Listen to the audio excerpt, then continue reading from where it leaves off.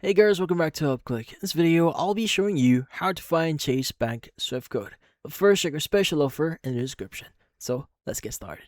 So if you want to look for or if you want to get your Swift code here, so if you want to receive or make some transactions, well, your Swift code here is something really important. Now, the thing that we need to understand here, it's important that you find or look for your Swift code directly from your account. Now, in some cases, depending on where you open your account, your Swift code may be different. So that's why accessing it directly from your account is something really important. So in this case, you want to go to Chase official website and you want to go enter your username as well as your password. Now, once you've signed in, you should be able to see your dashboard.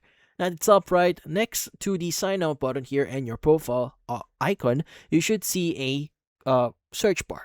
So you want to go and click on it and type in the following. It's going to be my Swift code. Now, once you've entered that, you want to go and just press enter in your keyboard or start searching for it.